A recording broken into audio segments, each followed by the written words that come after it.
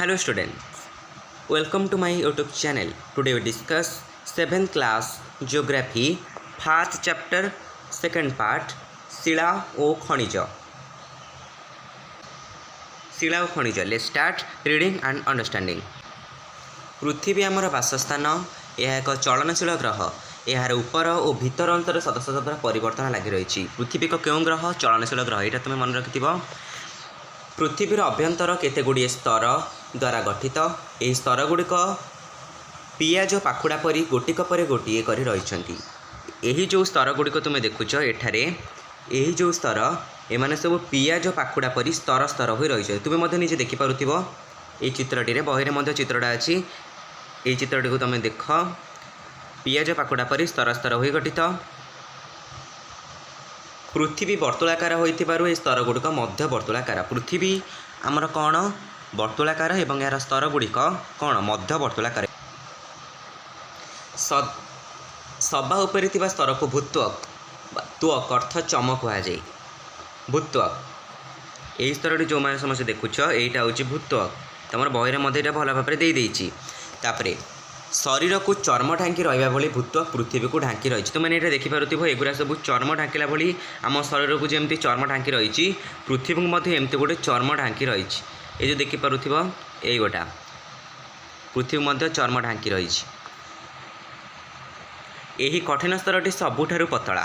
ମହାଦେଶ ତଳେ ଥିବା ଭୂତ୍ୱକ ପ୍ରାୟ 50 କିଲୋମିଟର ଗଭୀରତା ପର୍ଯ୍ୟନ୍ତ ବିସ୍ତୃତ। ଆମର ଯେଉଁ ମହାଦେଶ ତଳେ ଯେଉଁ ଭୂତ୍ୱକଟି ଅଛି, ସେଇଟା ପ୍ରାୟ 50 କିଲୋମିଟର ଗଭୀରତା ପର୍ଯ୍ୟନ୍ତ ବିସ୍ତୃତ। ତେବେ ମହାସାଗର ତଳେ ଏହାର ମୋଟେ ମାତ୍ର 5 କିଲୋମିଟର। ଏଇ ଯେଉଁ ଭୂତ୍ୱକ ମହାଦେଶ ତଳେ କେତେ କିଲୋମିଟର? 50 କିଲୋମିଟର। ଏବଂ ମହାସାଗର ତଳେ କେତେ କିଲୋମିଟର? 5 କିଲୋମିଟର ପର୍ଯ୍ୟନ୍ତ ବିସ୍ତୃତ। ଭୂତ୍ୱକର ମହାଦେଶୀୟ ଅଂଶ ମୁଖ୍ୟତଃ ସିଲିକା ଓ ଆଲୁମିନାରେ ଗଠିତ। ଭୂତ୍ୱକର ଯେଉଁ ମହାଦେଶୀୟ ଅଂଶ, ଏଇଗୁଡ଼ା ଯେଉଁ, ସେଗୁଡ଼ା ସବୁ କେଉଁଥିରେ? ଏଗୁଡ଼ା ସବୁ କେଉଁଥିରେ ଗଠିତ? ସିଲିକା ଓ ଆଲୁମିନାରେ ଗଠିତ। ଏଇ ଯେଉଁ ଦେଇଛି ଏଠି ସିଆଲ୍, ସିଆଲ୍ଟା ଆମର କାହାକୁ ନେଇ ଗଠିତ? Silica plus alumina. ଏଗୁଡ଼ା ସମସ୍ତେ ମନେ ରଖିଥିବ। ସିଆଲ୍ଟା କାହାକୁ ନେଇ ଗଠିତ? ସିଲିକା ଆଉ ଆଲୁମିନାକୁ ନେଇ ଗଠିତ।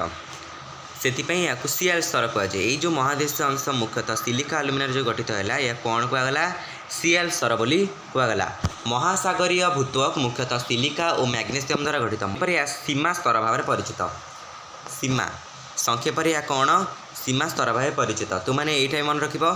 ତୁମେ ଯଦି ମନେ ରଖିବ, ସିଲିକାଟା କ'ଣ ନେଇ ଗଠିତ? ସିଆଲ୍ଟା ସିଲିକା ଆଲୁମିନିୟମକୁ ନେଇ ଗଠିତ। ସୀମାଟା କାହାକୁ ନେଇ ଗଠିତ? ସିଲିକା ପ୍ଲସ୍ ମ୍ୟାଗ୍ନେସିୟମ୍କୁ ନେଇ ଗଠିତ। ତାପରେ ତୁମ ବହିରେ ଯେଉଁ ଟେବୁଲଟା ଦେଇଛି, ତୁମର ରାଇଟ୍ ସାଇଡ଼୍ରେ ଦେଖ ସମସ୍ତେ, ଟେବୁଲଟା ଯେଉଁ ଦେଇଛି ଏ ଟେବୁଲଟା ନିଶ୍ଚୟ ମନେ ରଖିବ। ପୃଥିବୀର ଗଭୀରତମ ଖଣି ଦକ୍ଷିଣ ଆଫ୍ରିକାରେ ରହିଛି। ପୃଥିବୀର ଗଭୀରତମ ଖଣି କେଉଁଠି ରହିଛି? ନା ଦକ୍ଷିଣ ଆଫ୍ରିକାରେ ରହିଛି। ଏହାର ଗଭୀରତା ପ୍ରାୟ 4 କିଲୋମିଟର। ଏଇଟା ଏମିତି କ୍ୱେଶ୍ଚିନ୍ ପଡ଼ିପାରେ, 2 ମାର୍କ କ୍ୱେଶ୍ଚିନ୍। ପୃଥିବୀର ଗଭୀରତମ ଖଣି କେଉଁଠାରେ ରହିଛି ଏବଂ ଏହାର ଗଭୀରତା କେତେ କିଲୋମିଟର? ତୁମେ ଯଦି ମନେ ରଖିଥିବ ତାହେଲେ ନିଶ୍ଚିତ ଲେଖିବ। ନିଶ୍ଚୟ ଇଞ୍ଜିନିୟରମାନେ ପ୍ରାୟ 6 କିଲୋମିଟର ଗଭୀରତା ପର୍ଯ୍ୟନ୍ତ ଗାତ ଖୋଳନ୍ତି। ସବୁଠାରୁ ଗଭୀରତମ ଖଣି, ସେଥିପାଇଁ ତଳେ ଯେତେବେଳେ ଅନୁସନ୍ଧାନ ହୁଏ, ସେଥିପାଇଁ ଇଞ୍ଜିନିୟରମାନେ 6 କିଲୋମିଟର ଗଭୀରତା ପର୍ଯ୍ୟନ୍ତ ଏଇଟା ଖୋଳିଥାନ୍ତି। ତାପରେ ପୃଥିବୀର କେନ୍ଦ୍ରରେ ପହଞ୍ଚିବା ପାଇଁ ଯାହା ସମ୍ଭବ ନୁହେଁ, ଆମକୁ କ'ଣ କରିବାକୁ ପଡ଼ିବ? ସମୁଦ୍ର ନିମ୍ନରୁ ପ୍ରାୟ 6400 କିଲୋମିଟର ଗଭୀର ଗାତ ଖୋଳିବାକୁ ଯଦି ପଡ଼ିବ। ଆମେ ଯଦି ପୃଥିବୀର କେନ୍ଦ୍ରରେ ପହଞ୍ଚିବାକୁ ଚାହିଁବା, ସେଠି ଆମେ 6400 କିଲୋମିଟର ଗଭୀର ଗାତ ଖୋଳିବାକୁ ଆମକୁ ପଡ଼ିବ। ତାପରେ ଦେଖ, ଏଠି କ'ଣ ଦେଲା? ପୃଥିବୀର ମୋଟ ଘନଫଳର 0.5 ଭାଗ ଭୂତ୍ୱକ, 16.5 ଭାଗ ମାଣ୍ଟାଲ ଓ 83 ଭାଗ କୋରରେ ରହିଛି। ଆମର ଯେଉଁ ପୃଥିବୀର ମୋଟ ଘନଫଳ ଯେଉଁଟା ରହିଲା, ସେଇଟା ହେଉଛି କ'ଣ? ମୋଟ ଘନଫଳର 5 ଭାଗ ଏଇଟା ହେଲା ଆମ ଭୂତ୍ୱକ, 16.5 ଭାଗ ହେଲା ମାଣ୍ଟାଲ, ଆଉ 83 ଭାଗଟା ହେଉଛି କ'ଣ? କୋରରେ ରହିଛି। ତାପରେ ପୃଥିବୀର ହାରାହାରି ବ୍ୟାସାର୍ଦ୍ଧ 6371 କିଲୋମିଟର। ଏଇଟା ସମସ୍ତେ ମନେ ରଖିବା। ଭୂତ୍ୱକର ତଳକୁ ଥିବା ସ୍ତରକୁ ମାଣ୍ଟାଲ ବା ମଧ୍ୟମଣ୍ଡଳ କୁହାଯାଏ। ଏହା ପ୍ରାୟ 2900 କିଲୋମିଟର ଗଭୀରତା ପର୍ଯ୍ୟନ୍ତ ବିସ୍ତୃତ। ଏଇ ଯେଉଁ ମାଣ୍ଟାଲଟା ରହିଲା, ମାଣ୍ଟାଲ ବା ମଧ୍ୟମଣ୍ଡଳ, ଏଇଟା କେତେ କିଲୋମିଟର? ଏଇଟା ପ୍ରାୟ 2900 କିଲୋମିଟର ଗଭୀରତା ପର୍ଯ୍ୟନ୍ତ ବିସ୍ତୃତ। ଏହି ସ୍ତରରେ ସିଲିକା, ମ୍ୟାଗ୍ନେସିୟମ୍ ସହ ବିଭିନ୍ନ ଧାତୁ ପଦାର୍ଥ ରହିଛି। ଏଇ ଯେଉଁ ମାଣ୍ଟାଲ ବା ମଧ୍ୟମଣ୍ଡଳ ରହିଲା, ସେଠାରେ କ'ଣ ରହିଛି? ସିଲିକା ରହିଛି, ମ୍ୟାଗ୍ନେସିୟମ୍ ସହ କ'ଣ ରହିଛି? ବିଭିନ୍ନ ଧାତବ ପଦାର୍ଥ ସବୁ ରହିଛି। ସବୁଠାରୁ ଭିତରେ ଥିବା ସ୍ତରକୁ କୋର୍ ବା କେନ୍ଦ୍ରମଣ୍ଡଳ କୁହାଯାଏ। ଆମର ଯେଉଁଟା ଭୂତ୍ୱକର ଯେଉଁଟା ତଳକୁ ଆମେ କ'ଣ ଜାଣିଲେ? ମାଣ୍ଟାଲ ବା ମଧ୍ୟମଣ୍ଡଳ। ଆଉ ସବୁଠାରୁ ଭିତରେ ଆମର କ'ଣ ରହିଲା? କୋର୍ ବା କେନ୍ଦ୍ରମଣ୍ଡଳ ରହିଲା।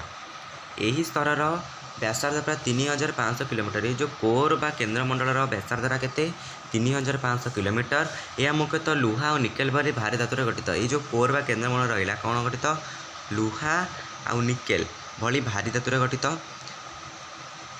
तापरे तेणु यही स्तर को निफे स्तर कहुए। निफेटा आमर कौन कौन गठित निकेल और फेरस। यह रासायनिक नामटा कौन फेरस।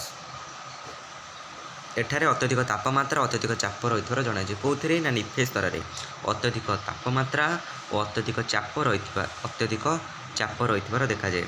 आम तो आज प्रथम पार्टा कंप्लीट कले गोटे क्लास रे शिला और खनिज पदार्थ आरंभ करवा।